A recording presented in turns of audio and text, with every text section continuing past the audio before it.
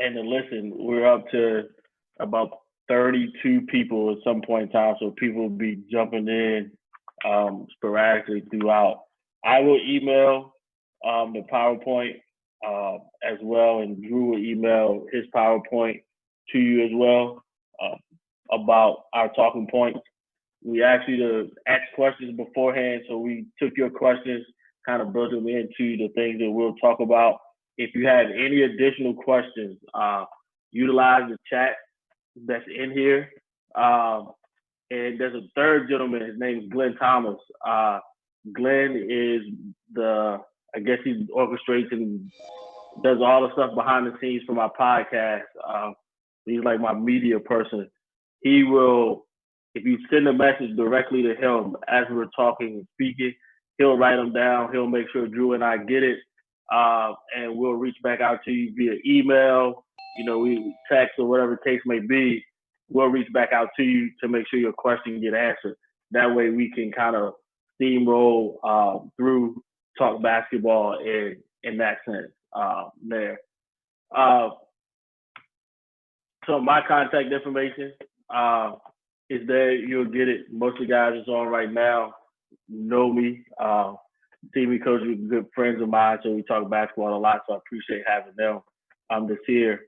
Some of the other guys that don't, that's from across international waters or different part of the state, that's my contact information as well. Today's goal is to talk about building a defensive foundation. I've turned around a lot of programs, and I think for me, most people turn a program around, they think you got to score a lot of points, and you got to build a program through the offensive way. I found it's been easier for me to be competitive in my first couple of years of the stops I've been, changing the culture defensively. And I just kept this defensive mentality. I've ran the system since I was at Verona High School. In my, second year there, I imported and started doing these defensive things. So I think there are three keys to have a successful defense if you're building a foundation. Is there. The first thing is the capability to adjust. And I say that because it's got to match your offensive style. I feel that your defense has to match your offensive style. The number one way to control a basketball game, to me, is on the defensive side. If I want to play up tempo, we press. If I want to slow it down, we back up and we play you in the half court, or we give you some type of token pressure out front. But to be successful, you have to be able to adjust, especially how the game is going more dribble drive or more one-on-one and isolation and ball screen. So what your system and your foundation is, you want to be able to adjust. The second thing is you want to have effective adjustment. We went to the regional tournament this year, and a lot of my sisters, when we played a team, that we said, hey, how do you defend them? And they got, really, really talented athletes, and they got kids that are going to a Power 5 conference. How do you defend them? I go back to the adage, if you listen to Jim Boeheim speak about him in a 2-3 zone, they practice man-to-man, but they live and die by the zone in the game. Team can be up 10, he going to play a zone. So for me, my adjustment is I'm going to play our base defense. We're really a man-to-man team, and we're going to stick to it. We'll make adjustments based off of our man-to-man. You're not going to see Coach Lacey jump into a 2-3 zone to stop a run. You're not going to see him go into a 1-3-1 or a box and one. Because I think if you go to that and you don't practice it with your kids and it's not something you go to every day, now that 10-point lead can turn to 20, and that 20 can, it can get out of hand. So you got to have effective adjustments based on what you do. And the third thing is you got to have player buy-in. And kids buy in to the defensive side when they see success and when they see how it benefits them and they see you can still get out and run. Kids buy into that. Some of my major points of emphasis, the ball scores. So everybody on the floor has to have vision on the ball. The number one rule for us is stay between your man and the basket. As long as you don't violate that. Butts to the baseline, old school pistols. You got to contain the bounce. The game is changing. It's going to kids are becoming better one-on-one players. Their skill trainers are doing a good job of making a one-on-one player So you have to be able to control the bounce, protecting the paint and getting protection at the rim. We do not help from the strong side. We are a weak side help the helper. And the reason why I say that is the day and age of drive and kick is becoming very, very strong. So we don't want to give any strong side kick out to give up any type of threes in that regard. Help is at the midline and it comes from the weak side. So it can be a first help team, which means the gap defender is going to step over and he's going to help against the drive. Or it can be a second help team, where that means the guys are coming from the weak side to help. And we always talk about that and we rep it as we go through. You'll see our drill. We really rep the weak side. I think most coaches teach their kids to get to the midline, but when they put their players at the midline, now they're teaching the first guy there to go help, and then they give up the kick out three, and now they're trying to make an adjustment off of that. We send 5 people to the defensive glass. We want to make contact, and we go get the basketball. Force baseline, force sideline. I'll say this about that point. We don't force baseline where we challenge people to go there. We talk about being toe-to-toe. So we put our guys toe-to-toe on the offensive player, and we make it tough for them to go to the basket. I believe if you start turning to the side and you shade them to go left or you shade them to go right, you create a clear path to the basket. As you get to the college level, those kids, they open up, you get broad shoulders, guys get going downhill, they pick up fouls, they can't control the ball. So we want to stay toe-to-toe, and we give them 2 steps. Disruptive ball pressure, that's there. We dictate tempo based on our ball pressure, and we minimize options. I feel the closer you are to your guy, the easier it is for you to get beat. We talk about don't get beat in the first 2 dribbles. And communication, it creates confidence, and it kind of helps eliminate breakdowns. And what I challenge people with communication is you preach this in your program all the time. What we do differently is we don't say ball, help, deny. I think when I'm talking to you now, or when you're talking to your players, or when you're talking to whatever you're doing there, you're giving instruction. So we teach our kids in our program, you need to give direction. So you need to, when you communicate, you got to say, hey, watch the backdoor cut. You got to post here, flag cut. Like, that's our language. We have an everyday conversation in our defense. Don't tell me ball. Okay, you got ball, but I got the gap. And the guy said, hey, he's in the gap, but what's happening behind you? Where's the cutters going? So our post players do our communication and give direction. They're at the back end of our defense. We really teach them to be strong communicators. Rotational awareness, help the helper. We really work on this a lot. Scramble drills where ball gets driven to the baseline, it gets kicked out, and now you got to rotate, you get put off the man that you were initially guarding, what happens in those situations. So we make our kids become rotational aware of where they go and what they're supposed to do when we get there. Know your opposing team's personnel. Everybody scouts. I did it when I was in high school, and scouting was like a forte for me. Now at the college with more resources, scouting is it. I sat in on a clinic, a virtual clinic the other day about analytics and how analytics has changed the game. You use it. It dictates to how we play certain people. You got to know the time. You got to know the score. You got to know the foul count. You got to know when you can be aggressive. All those things we talk about with our kids every day. Our non-negotiables. These are the ones that we preach every day. Transition defense. We don't want to give up any points in transition. Defending the ball in the open court and in the half court. Proper, effective closeout. Help and recover. Post defense. Affecting shots of all kinds without fouling.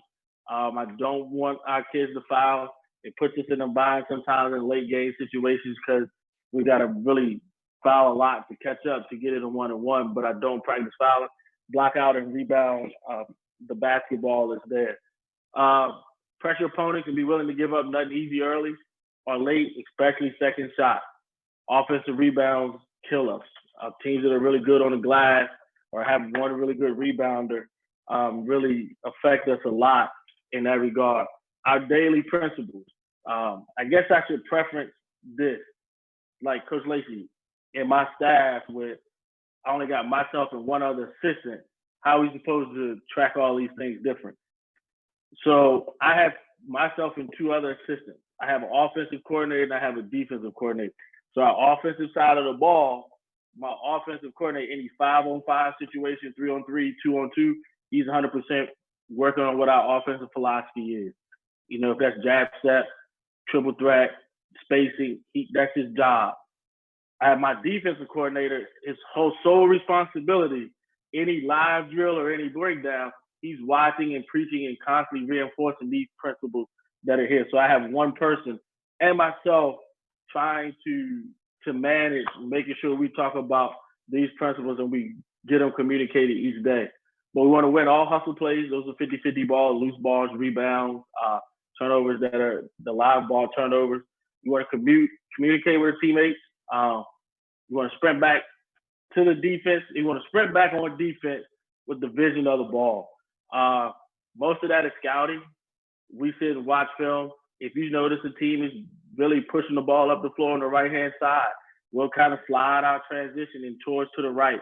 I think the game is becoming more right dominant from what I've seen, just at eye level. So we slide over to the right, looking over for the pitch ahead pass to the right or the kick ahead, and forcing them to throw the skip pass. We build a wall every possession.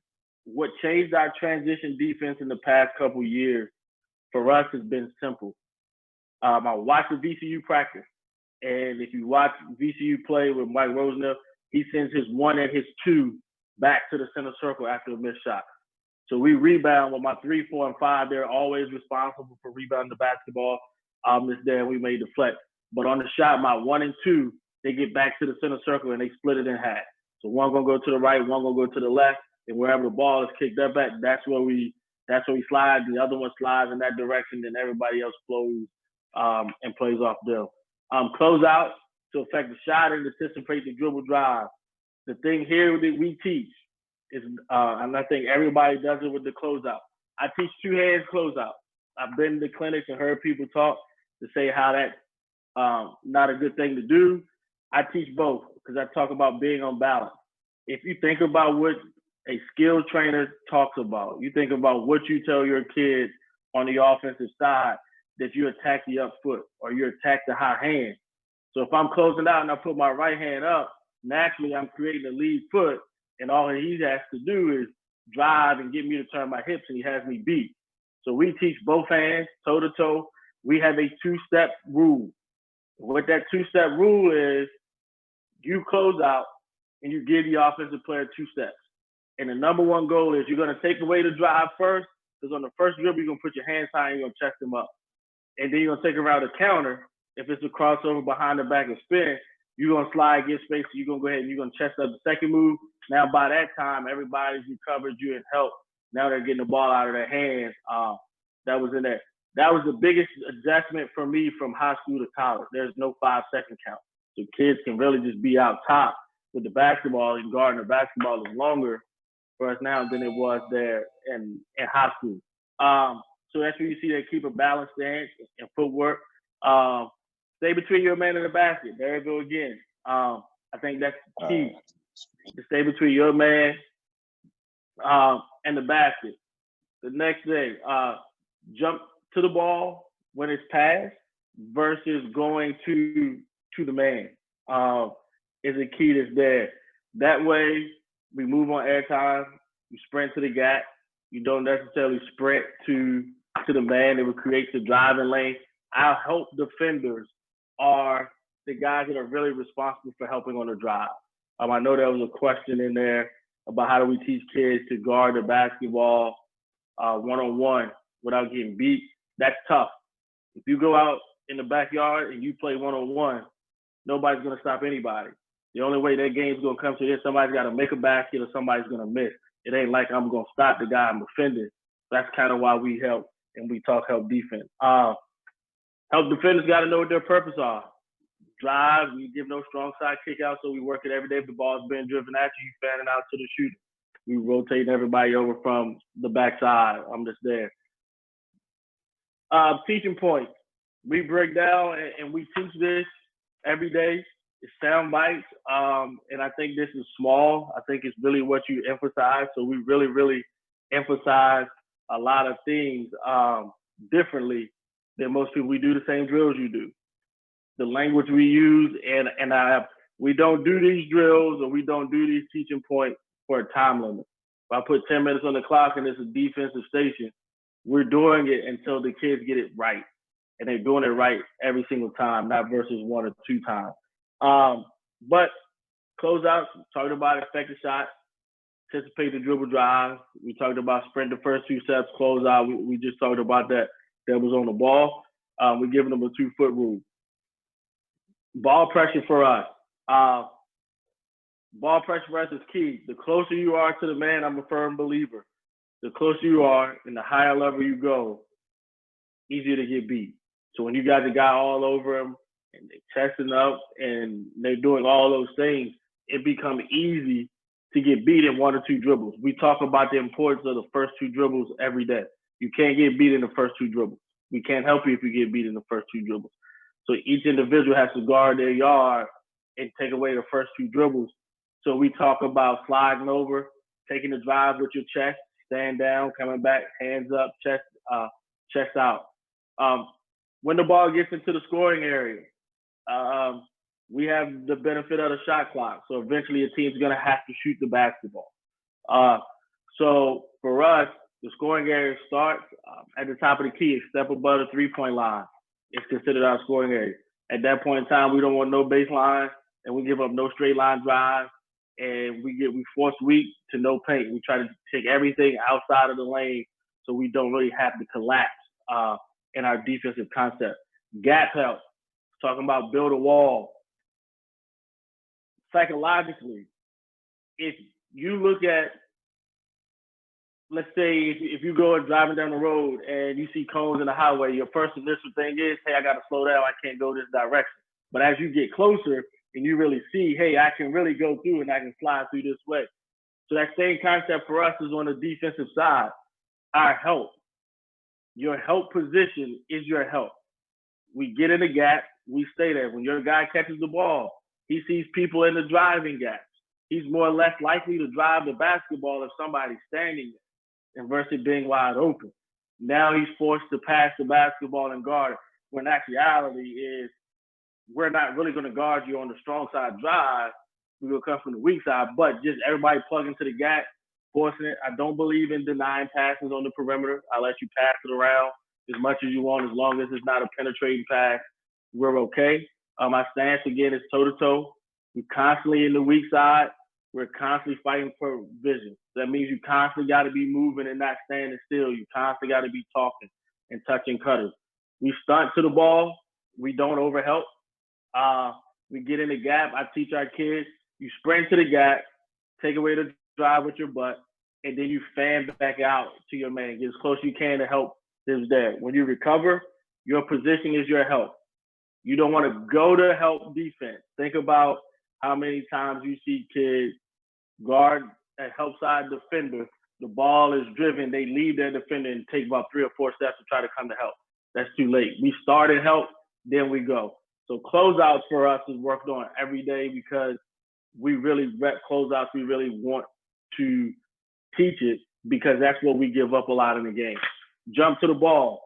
We'll allow no face cut at all. We force people to cut behind us.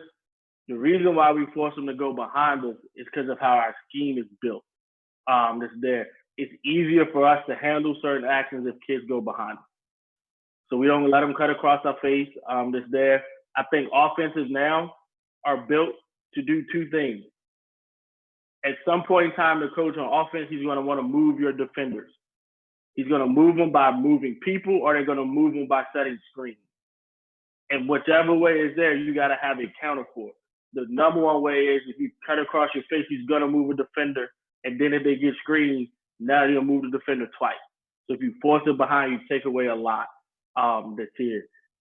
Jump to the gap. Now in help mode, you're supporting what your kids are doing. Our defensive staples. We don't want our opponents to do these things. No easy transition baskets. We send 2 people back. Try to get the 4 balance and then we have to spin back. We want to get beat off the dribble. We want to build a wall. We want to give up no paint touches, no baseline. If you do get in the paint, which happens, we want to defend you in the paint with one guy. The guy that's guarding the ball, we want him to stay on and defend you. I want you to score on me one-on-one. We don't want to bring help to stop. Not giving up second chance shots, but sending 5 guys to rebound the basketball. What problems do we have defensively? Where do we get in trouble? We get in trouble when we get stretched. We get in trouble when guys start to wander. Guys, you get a kid to come in, kid goes off in the sky for he hits 2 threes in a row. Now you got to go stretch out and you got to guard him. And now another kid hits a 3. And now they got you trying to defend the 3-point line. Now dribble drive lanes coming open. All these things. So that's what gives us fit. Poor closeout, blow-bys or rhythm shots with hands down. I don't believe in flybys. You can't box out on a flyby. Can't box out on a flyby. You don't really help your team, so you really penalize us if your guy gets the rebound. So we want to close out. We want to contest the jump shot after he shoots it.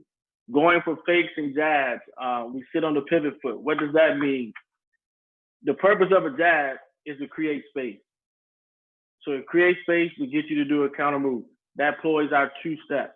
At first, I taught on the jab step, we jumped our guys back. We made them jump back on the jab to give you the space. So if you're going to jab and cross, we can be there to take it away. So we don't really guard the jab. We guard the jab man by being 2 feet off of them. So if they jab, they're not really creating space. They're just making a move, and we keeping them there. So we teach our kids just to stay down. They don't have to go anything. Play the drive, play the shot, understand your keys. Reaching gets you off balance. So we teach our kids, why would we recruit a kid that's 6'6"? They can be a stretch 4 and play on the perimeter if I'm allowing him to reach, and now he turns into being 6'3" or 6'4". So if he's 6'6", 6'7", I want him spreading his arms out and guarding the ball. His size is going to be much more effective than him being small. So what we teach there. Being too low in the gaps for help. Too low, you already started to drive. Now it creates a different type of chain reaction. So we want to get up on the line. We want to be side by side in that regard. Being too late to close out. Being too late to close out for whatever reason, whether you didn't see the ball move, you're man watching versus ball watching, that's enough. Silence. Silence gets us beat.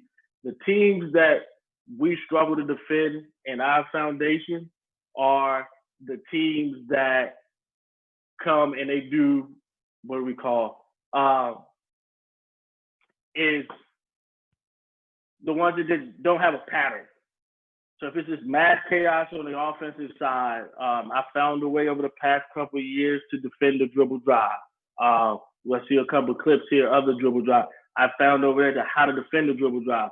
But when I was in the high school and I seen the dribble drive or you seen the 5 out, it would give us fit because there's so much freedom in there versus it being a set offensive pattern. Offensive rebounds, obviously killing. So I break down. What do we do? You do this stuff in your practice every single day, beyond a doubt. So it's not what I don't feel it's the drill that makes it. So there's no special drill you're going to see here. There's going to be no special talk. It's going to be the same drill you use every day. What I feel is how we teach it.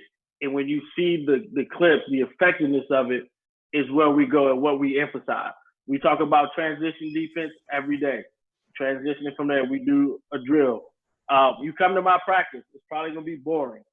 You're not going to see 15 different drills at different times. Probably not how it's going to work. You're going to come to my practice, you'll see the same drills every single day. Our emphasis may change. You're going to see them in the same spot. We practice defense at the beginning of our practice. Kids are much more fresh. They're much more wanting to be there, so they retain the information a little bit better. In the hour, after 90 minutes, going into that second hour when they're mentally fatigued, now we talk offense. Every kid in America is going to get excited to play offense. They want to shoot the basketball. They want to score. So they're going to listen. They're going to play. And then our style just matches it that way. But on the ball defense for us, we talk about live on the catch playing, wing, top, corner. The basketball can only be in so many areas at one time for proper spacing. You get a really good coach and got spacing. They're going to be at the wing. They're going to be at the top. They may be in the corner if it's a 3-out set. They may be in the slot and in the corner if it's a 4-out. We practice those alignments every single day, and we understand how to defend them. Closeouts, Rondo, Kobe, Ray Allen. You got your driver. You got your all-around player that can shoot and drive, and you got your shooter. We talk about closing out to them. Here's the key. We close out to them all the same way. We treat everybody that way. It's our help. I don't bombard our kids with multiple concepts. So how we defend in the full court is how we defend in the half. And then we play that in there. Pick and roll. We switch. Ball screen. All the time. So when I say we switch them, but who's going to pick up the roller? It all depends. If you're big, this setting the screen, he rolls, I'm going to pick him up with a big. If he pops, I'm going to pick him up with a guard. But we're going to eliminate mismatch on this side, but we're going to switch all ball screens. The goal for us is to keep the ball out of the lane and force teams to shoot jump shots. We work on post defense, one-on-one, three-quarter, baseline side. I used to be a fronting guy. And the reason why I got away from fronting once I got to college, you front a big in the college, you're probably not going to get a rebound. So we're going to give up offensive rebound. So we started the three-quarter and play behind. We denied a high post flash. We work on our rebounding from 1-on-0, teaching technique early in our preseason, 1-on-1, 2-on-2, 4-on-4, and then we do transition rebounding where we put them in a circle and we allow them to go in that direction. Our shell drill is the same. We just talk about fighting for vision, how we handling screens, making sure they jump to the ball, screening and a scramble. And we predicate on defensive stops. How many stops can we get in a row? The situations that we talk about, our situations are simple. Protecting the lead. And I say this, I did a bad job this year at it. In my first year at college trying to get it done, we finished 15-15. Could have been way different. We lost an 18-point lead one night in Maryland. We lost another 10-point lead another different night. And we wound up losing the game by 2 or 3 points. But when we got better, our kids understood how to play with a lead and how to get one more stop in that regard. Building blocks. These are done day to day. Every day in our practice, we touch on these in some capacity. On the ball defense, really working and making this a habit to have them go in that regard. Closeouts. In closeouts, we go closeouts to live. We just don't go closeouts, then we go closeouts to help them defend the first 2 dribbles. We work on pick and roll defense in some fashion, whether it's in shell, whether it's in 3-on-3. We talk about our pick and roll coverage and how it relates to whatever scheme we're about to face next. Post defense and post feed. We don't double the post. We don't trap the post. We dig. We try to make them take their first 2 dribbles early. Then we go back out and do that. We work on rebounding. In team shell and how we do it, always transition defense, converting from offensive end to the defensive end without giving up a transition bucket. Our shell drill be 3-on-3 for positioning, 4-on-4 for position and movement. We play 5-on-4. This there to make them really get an open post to really make sure we get in and tagging a post from the backside and getting help jumping to the ball. We do defensive stops. Another key area that I think gets left out in high school for the sake of time is defending out of bounds underneath and defending sideline out of bounds. College level taught me after timeout in those different positions, coaches are looking to score. So you better understand how to defend those situations and make sure your guys understand what is there. Our concepts stay the same, regardless of where we're at. So now we're at the defensive action, defending action part of what we're talking about. It leads to the drill, and this really shows you how the foundation comes in to play. The game of basketball has not really changed through the course of how things look as far as X's and O's. So you still got, Roy Williams, back when Dean Smith was there, it was the old Carolina T game that they played, and it's the cross screen and the down screen.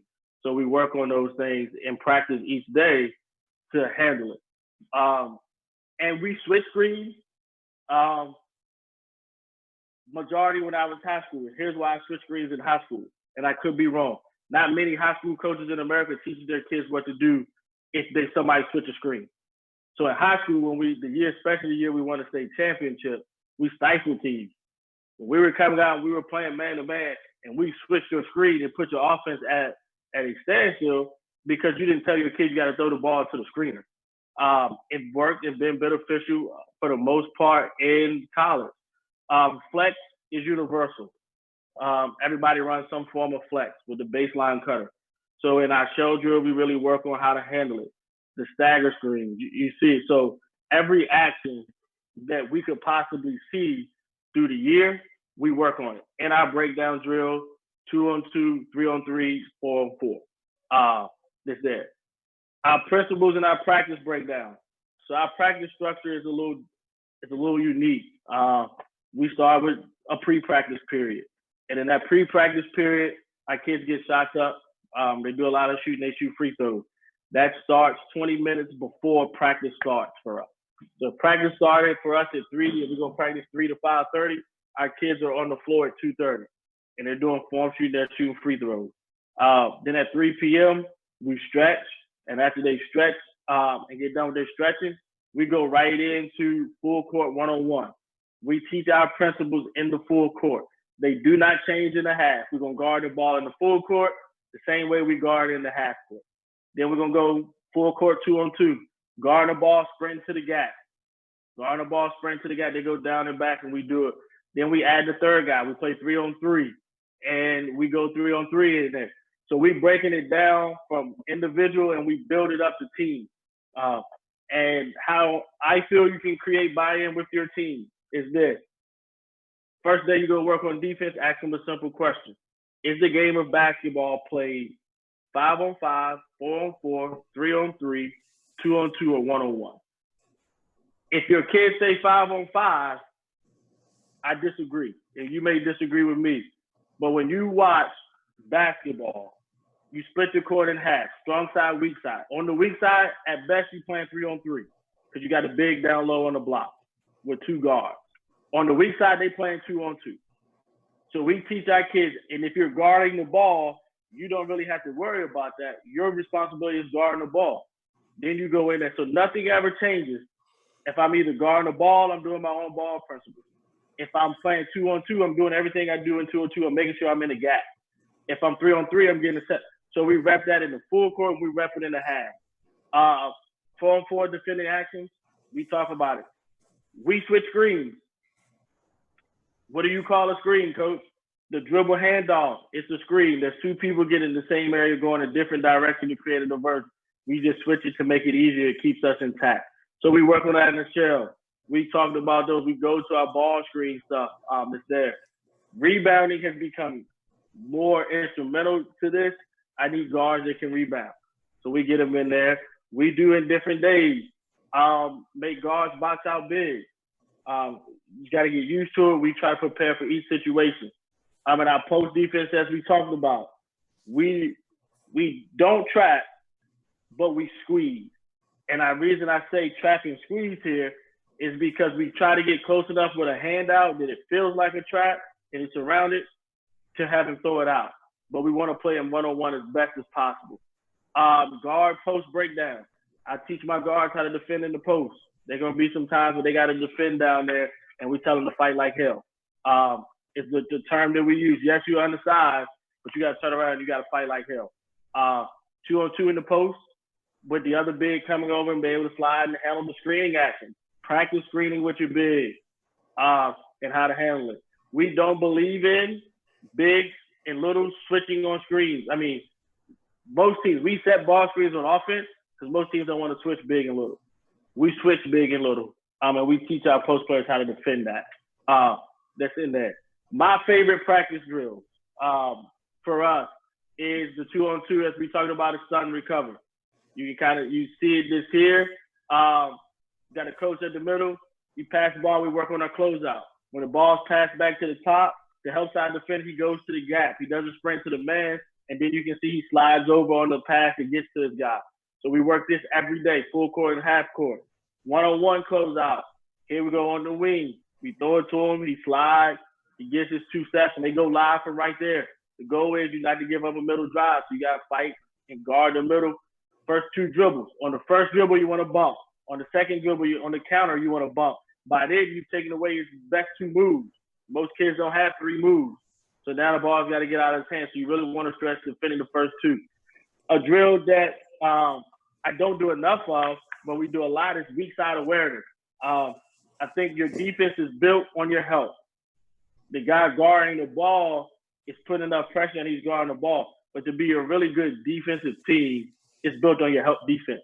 So we train our kids not to be attached to players and get in the help. Where do you go? You can see on the movement, everybody's sprinting to the gap. Everybody's getting there. On the drive, he peels off, he rotates, and we drop a guy down, and then we'll have a defender take the next one out. This there. Our 4-on-4 shell drill.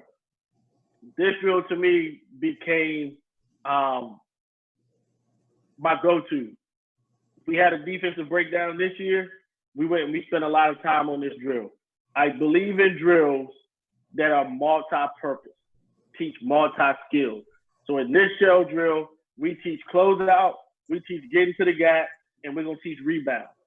And also in there in the closeout, we add a part. So this is the basic setup. You know, we start our kids on the baseline, 4 across, we'll throw the ball, 1 guy close out. If you see the 2 guys close out, 1's in the gap, then they move. When we skip the ball back across to the 2 are just catching, he'll shoot the 3. Now the guys got to run to their guys and box out. That creates a live situation. He came from help. You got to go get the guy and got to box out. We work both ways. After we go through that twice, we run the same setup in the drill.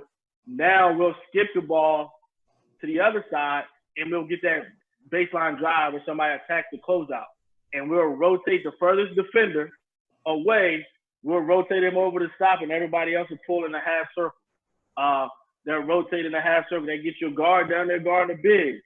You got to understand how to do it. But our kids rep it, and we teach who plays the next pass out to good contest. Same drill. Next concept we teach is the slot drive. You get a team that's going to play 4 out, 1 in. Who's handling that slot drive? We teach it that. We stay on the ball on the strong side. The backside guy that's the furthest away from the ball that's under the basket, he slides over to help. The guy that's on the top wing, he'll slide down. He'll take away the kick out to the corner, and everybody rotates in that circle. We rep this every day because, like I said, we try to teach our kids where you're supposed to be relative to the ball, not trying to chase and what the offense does. We dictate to the offense where we want the ball to go, what we want you to do when we get the ball there. So the game is a lot slower because you're trying to figure out what you need to do offensively. Circle transition. We put them in a circle. You got white, you got colored.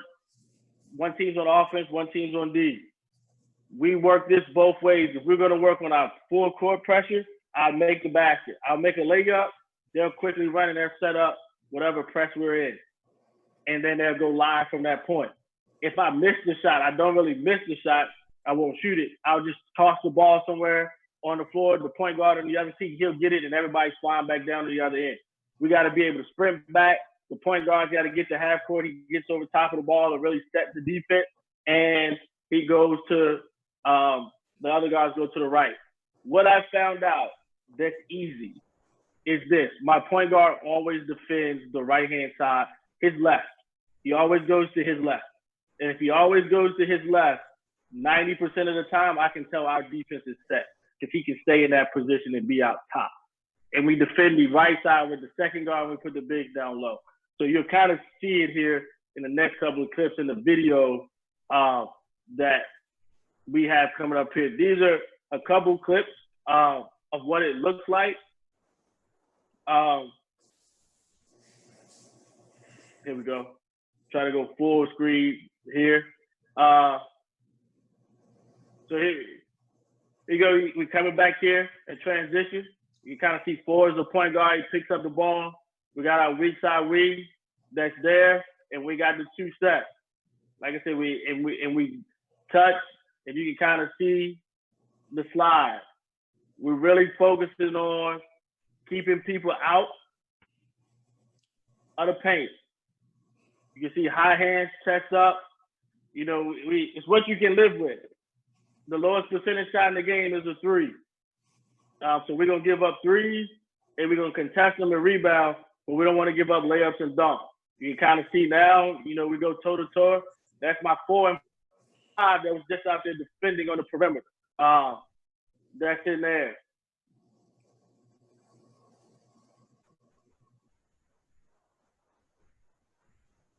Like I said, we don't really want – now you can really look at it. We want them shooting one over there. They shooting jump shots late in the shot clock. We rebound the ball in. There's an optimal amount of possession that you have to be successful in a game. If we can keep the game in the 70s, we stand a good chance to win. They can kind of see everybody gets to the level of the ball. You kind of see with the closeout, we talk about no layups in transition at all. Made basket, there you go. My point guard comes out to the left, which would be his right here. We're working on 2-on-2 in the full court and how to handle it. All of it is to buy time and to keep the ball out of the paint. More so than anything, you notice the communication piece. You see him talking. You see him pointing. You see him moving. That's there. We don't really want to overcompensate. There's a good one on the drive. He takes it away. He gets his high hand. He sits down. He contests the shot. We rebound it. And the more possessions of that sort that you can have, you'll be defensively. That's in that regard. Let's see.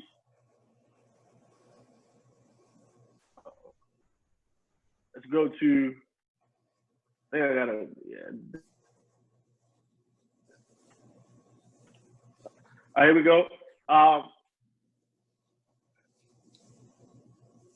The same thing. Can we start? That's here. You kind of see the 3-quarter inside over there. We bring it and we contest. We teach it without fouling, and everybody go to the glass and rebound. Tell them they can't get out and run if they don't get the rebound. They don't rebound in basketball. There is no transition. Let's go. So we really try to keep our point to the left. You can see high hands.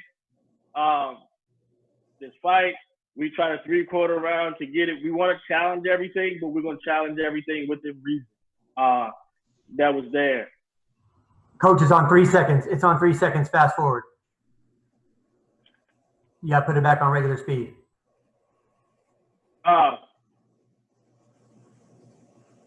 There we go. Like I said, so here's the ball screen. We kind of switch it. We run him down to the big, and we kind of play behind it, and we bring a shot blocker from the weak side. Last couple here, you can kind of see and in the full court, they're playing 2-on-2. He's getting in the gap just like he's be playing 2-on-2 in the full court, and we guard him away. It slows the game down. It eats the shot clock up. For us, now we don't have to defend as long as possible. Like I said, the PowerPoint film will be the PowerPoint portion will be emailed to everybody, so you have that portion. The film won't be attached to the PowerPoint, but at any point in time, if you have any questions, shoot me an email, and in that regard.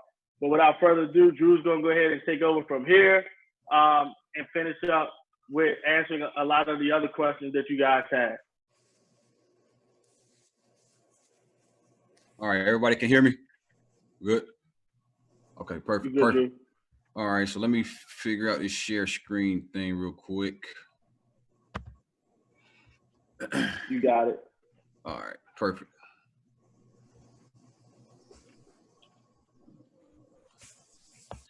All right, so Coach Lacey talked about some great things right there. A lot of our philosophy is very similar. I think every coach has a way of doing things.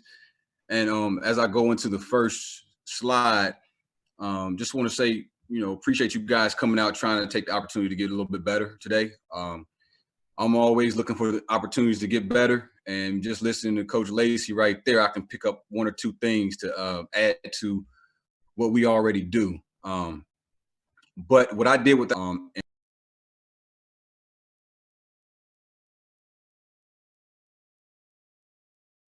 and while answering them, you kind of get an idea of what our philosophy at Virginia State is right now. All right, so with the first one, See, all the questions will be at the top. What is the concept that you build your defense around? So when we talk about defense, you know, everybody has a philosophy and a mission statement for their program.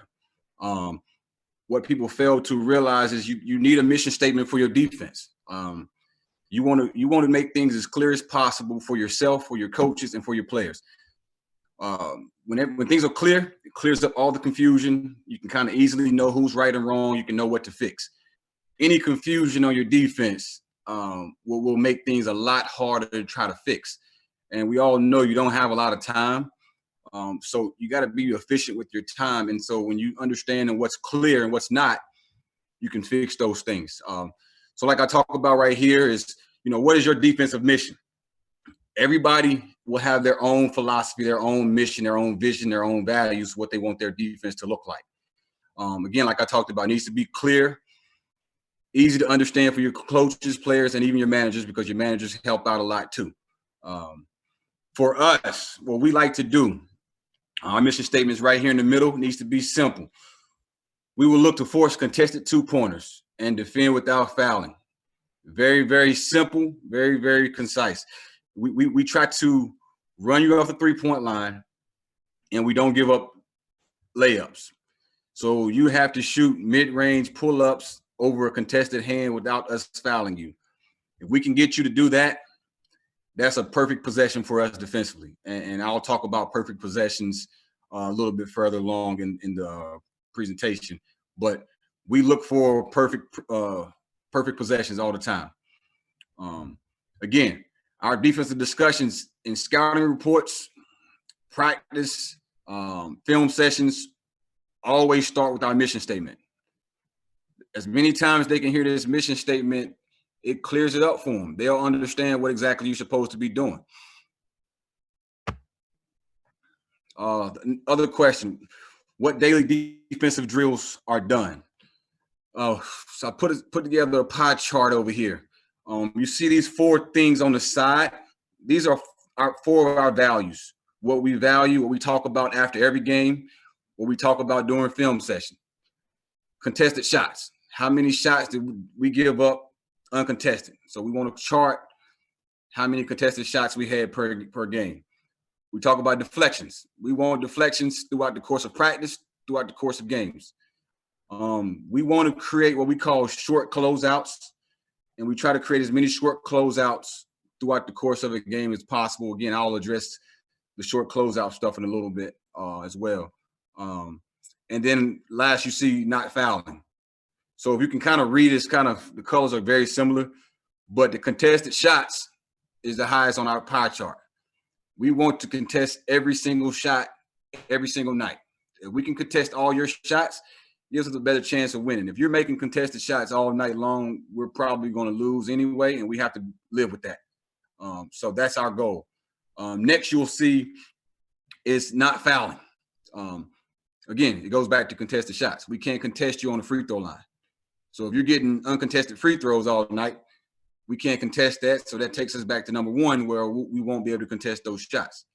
And then deflections and short closeouts are very, very similar. So you talk about things that are pretty much equal. But if you look at some of the drills that we talk about on the side, closeouts is the hardest part of defense. Teaching closeouts, you can teach it all you want to. Guys are going to get closed out on. Guys are going to get blown by. You can teach it every single day, but they're going to get blown by, and they're going to give up shots. So you can drill that with every single drill and kind of keep talking about it. The 2-on-2, we talk about closeouts as well and not fouling. We do a lot of 4-on-3 and a lot of disadvantage things to our defense to make it harder and to make guys have to communicate, have to run around and be more active defensively. Because a lot of times 5-on-5 guys can get lazy off the ball defensively. But whenever you're doing disadvantage defensive drills, like 4-on-3 or 5-on-4, now you're a man down, and now you can't have that break in between trying to take some time off. Coach Lacey talked about the 4-on-4 shell drill. That was one of our favorite drills as well. We started all of our practices off with 4-on-4 shell. We would warm up, do certain things, and then we'll go right into 4-on-4 shell. and we would do 4-on-4 shell for probably the first 15 minutes of practice. And each group would have to get it completely right. What we started to do was doing a 30-second shot clock. And if the other team scored, the shot clock started over. If they missed the shot, if it was 12 seconds still on the shot clock, you still had 12 seconds to defend. So you had to kind of defend the entire 30-second shot clock without any basket, without any foul, or any offensive rebound. So that's always a good drill that we come back to that makes you defend multiple possessions. But a lot of times you see teams get sloppy late in the shot clock or late in the game clock, and you end up giving up a breakdown in defense where you get a wide open layup or a wide open jump shot. So it makes you defend the entire clock. Transition stuff we do all the time as well, but we try to focus on transition while we're playing our 5-on-5 live scrimmage games. But again, it goes back to, what you value, what you emphasize on a daily basis, and what you can teach. You pick up different things from different coaching clinics and different people, but if you can't teach it, you probably shouldn't use it. Learn it, and then once you establish a way to teach it, because you're teaching young men, young women who attention span is very little. So if you have to be able to break it down for a 7-year-old. If you can break it down for a 7-year-old, you can get your players to understand it. How do we teach one-on-one defense? We rarely teach one-on-one defense. We always want individuals in our team to understand the team concept of defense. So when you break it down one-on-one, you don't hear the communication of help side. You don't understand how a ball screen is coming to push up on your defender. We want guys, we may do 2-on-2 and 3-on-3 and things like that, but we rarely teach the one-on-one because we want you not to be dependent on your help side, but to understand where your help side will be and understand how to guard your man knowing that you have help. So again, we may have moments where we'll teach some one-on-one stuff if guys are just getting blown by on the film session, but we rarely teach that with our team. Teach 2-on-2 a lot. Talking about guarding in space. We try to force our offensive player to make at least one counter move. We feel that if, a lot of guys today are straight line drivers. You don't see a lot of guys that can make plays off of a counter move or especially a double counter move. That's when turnovers and things like that start to happen. So if we can get you off of your first initial drive and force you into a counter move, that's a good possession for us defensively in our man-to-man defense. And then a lot of the one-on-one stuff is knowing your personnel. You have to understand who you're guarding. We're really big on understanding your personnel, even in practice. We want you to understand who you're guarding. If our best shooter in practice is getting off threes, it's not helping him out in the games because the other teams are going to close it out. If you're closing out on our best slasher, like he's a shooter, he's getting what he wants every day. So he never has to work on anything else. So we try to force our guys to not only know other teams' personnel, but know your own teammates' tendencies and know the personnel you're playing against in practice every day. How do you defend the pick and roll? We play a defense basically under ball screens. We call it going third man. We want to get right underneath that ball screen and get back up to the ball handler before he attacks the basket. We rarely see anybody that's stepping behind the ball screen knocking down threes on a regular basis. Again, it's a low percentage shot. If we can kind of get under the ball screen and throw our hand up and contest it, we'll live with those shots right there. Now, if he's making a couple in a row, then we got to make an adjustment through the course of the game. But for us, going under the ball screen has worked a lot. And so we've kind of been consistent with that. We did play around a little bit last year with hard hedging. The thing about the hard hedge is creating rotations and creating unnecessary help. So, hard hedge thing is kind of game-to-game basis for us, but we did implement that about midway through the season.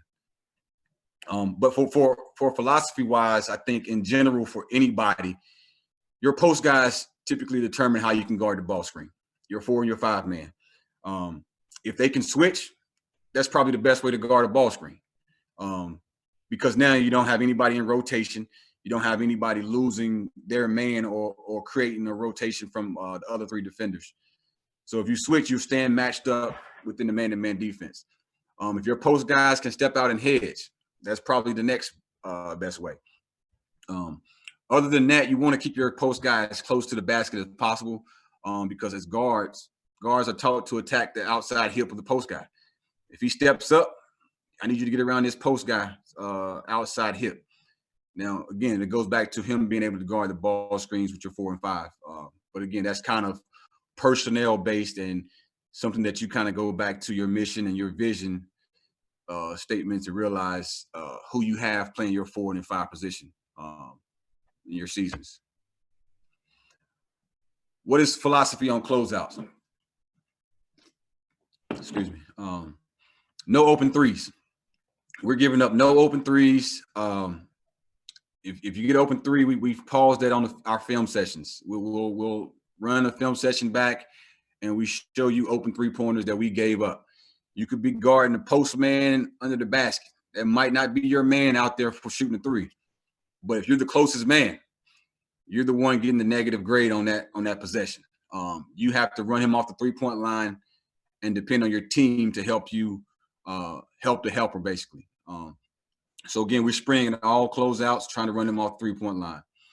I talked a little bit earlier about short closeouts versus long closeouts.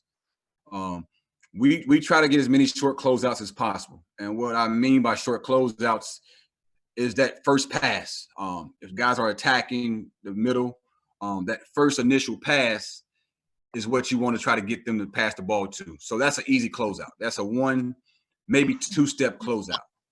When guys start skipping the ball across the court, those are long closeouts. It's hard to get to those because you're taking 5 and 6 steps. Now you're at the mercy of the offense.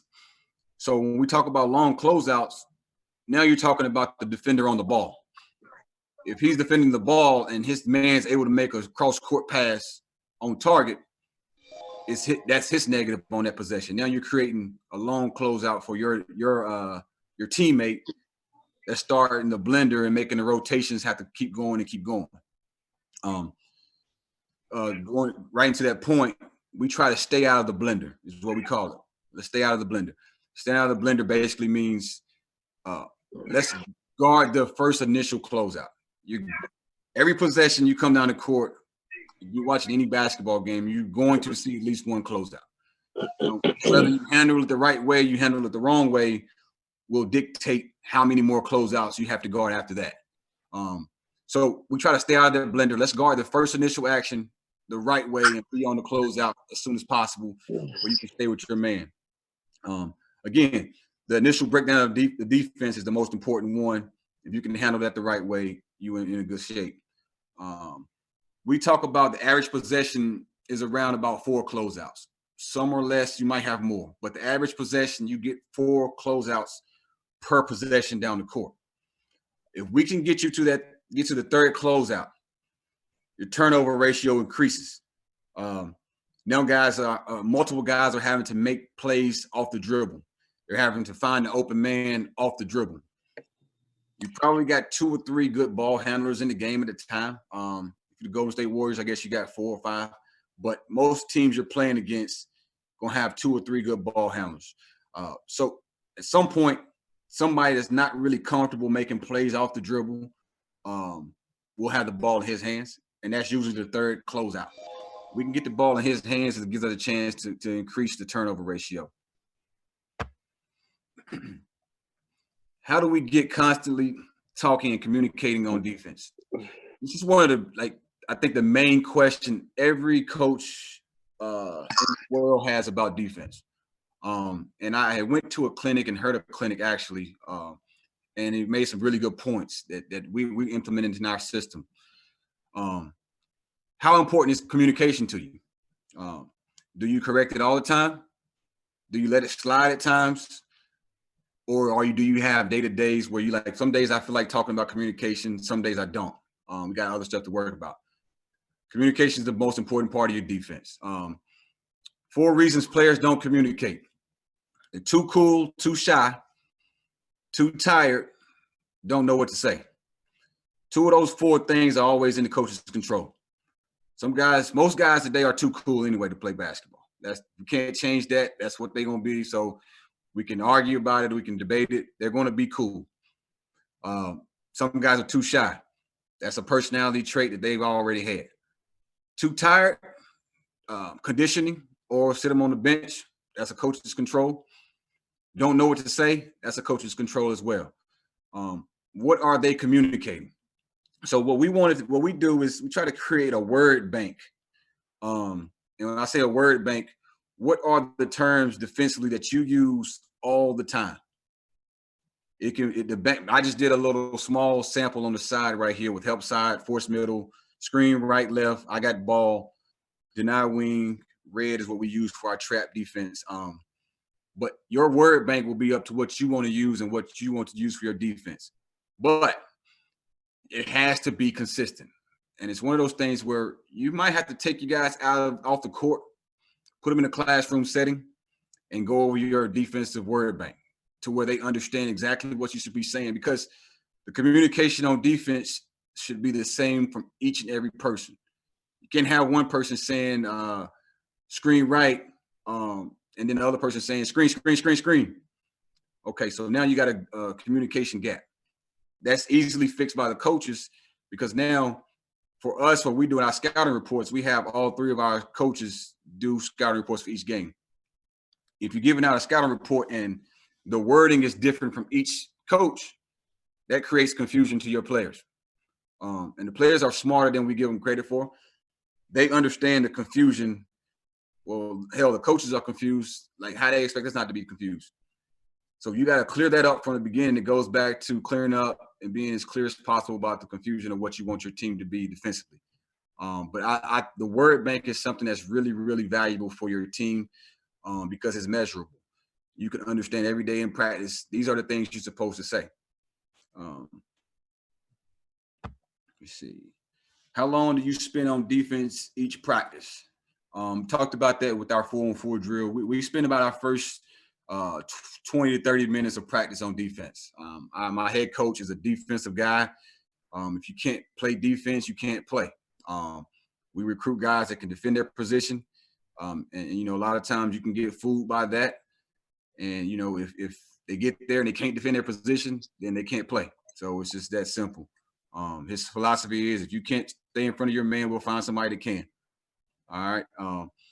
After that, everything we emphasize what we put in our drills. All our drills correlate to our practice. So we make sure we emphasize the exact same things we just talked about in drill work when we start going 5-on-5 in our practices. What is one skill or concept incoming college players need the most help with coming out of high school? Me and Coach Lacey have had this conversation a lot, and he talked about it when he was a high school coach and what he wanted to do with his players, which is why we've had a lot of his players come to us, and they come in really ready to play college basketball as freshmen. And it's basic man-to-man principles.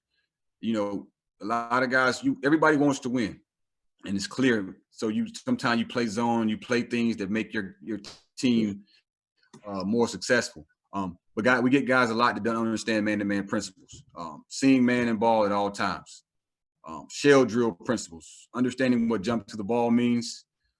Moving on the flight of the ball. When I say moving on the flight of the ball, we always talk about that in practice. Once the ball is passed and it's in the air, you should be on the move with the ball. What happens is a lot of guys, the ball is passed, they stand still, the other player catches the ball, and then they move.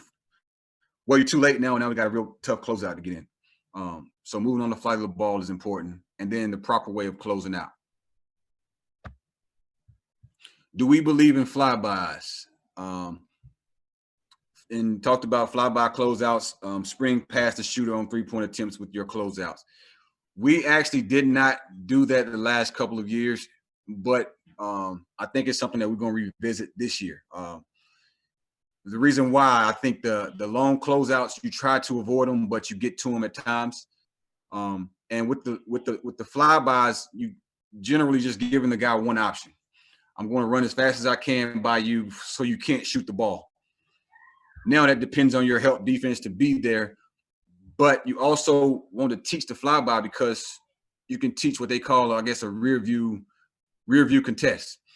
So if you're teaching flyby closeouts, jump past the offensive player. He probably takes one a dribble for a pull up. Now you're teaching a rear view contest where you land real quickly and then you come from behind and try to contest the shot. So I think if you drill those things, it can be effective because for us, again, it helps us out with our philosophy of no open threes, but shooting contested 2-pointers. So a rear view contest is the same thing as just a regular contested shot, but we haven't taught it yet, and I think it's something that we may visit this year. What points do we pay attention or track as we are watching the game? Again, it goes back to what you value, what you emphasize, and what you talk about on a daily basis or after every game in the locker room. We all get the stat sheet after the game or watch film and have 4 or 5 different things that we look at and we can kind of talk about, and it's very, very consistent. Those are the things you got to talk about. Those are the things you want to track. Those are the things that are measurable for your team's success, and those are the things that you genuinely believe in because you talk about them all the time. Don't want to overdo the list, but you want to keep it simple, but you want to keep it to your philosophy and your mission to your team's success. But what we chart deflections, we chart contested shots, long closeouts, and perfect possessions. And again, what does a perfect possession look like to you? That is generally up to you and your staff. As you're watching the game film, you can look at it and you can always say, "Man, that was a good possession. That was a good possession." And so that's the perfect possession, and those are the possessions you want to show your team. We get caught up a lot of times in trying to fix our defensive habits by showing mistakes. Show perfect possessions. Show the right deflection. Show contested shots. Show long closeouts, and give them motivation. Not only just seeing the negative stuff, but show them what you're looking for. And the last question I wanted to kind of address, I thought was a good question. It really wasn't defensively related, but as a young coach, what would be the best advice to give them? I still consider myself a young coach, and I still search for advice as well. But what I would give anybody advice on is learn as much as possible. I'm a big fan of clinics. Anytime Coach Lacey has asked me to do a clinic, I've been excited to do them. I love going to them. I love watching them. I love being a part of them. But go there and learn as much as possible. Go to practices. A lot of times I prefer going to high school practices over their games. Again, I get to see different stuff, different drills and different ways you coach. Whereas if you go to the game, you're just specifically watching those 40 minutes. And now with YouTube and stuff like that, you can generally you can click on anything and go in and watch any kind of clinic you want to. So those are one of the things I would say. Be loyal and trustworthy. The one thing I've learned about this business is head coaches value loyalty and they value people that they can trust. That means, being upfront, honest about what you want in your career, but being loyal to that person. Not trying to do anything sneaky behind their back or whatever the case may be, being loyal to them, and them being able to trust that if they give you a task, I'm going to get it done. Not putting more on their plate, taking it off of their plate. I'm going to make sure that I get this done for you. So now you'll give me more stuff. Now you give me more and more stuff. And regardless how much stuff you give me, I'm going to get it done. Coaches value that the most because they have so many other things to worry about. If you can value all those things, get those things done, they'll value more. Star in your role. When coaches give out your role, like Coach Lacey was talking about, he give out he got a defensive coach and an offensive coach. You need to be the best defensive coach in America. You need to be the best offensive coordinator in America. You have to star in your role and make sure you got it. You don't leave any stone unturned. And then the last thing I always say is, put the team first. Make your head coach and the program look as good as possible at all times. don't put yourself in the front line. You want to make sure you put your team and the head coach first. You want to make sure they are valued. Those are the people that you got to make sure that are in the front line. But for me, that's my spiel for my presentation. Again, like Coach Lacey said, I can get out my email and my Twitter account, or however you want to get in contact with me, and can answer some questions furthermore. But definitely appreciate the opportunity, and any questions y'all may have, feel free to shoot them my way.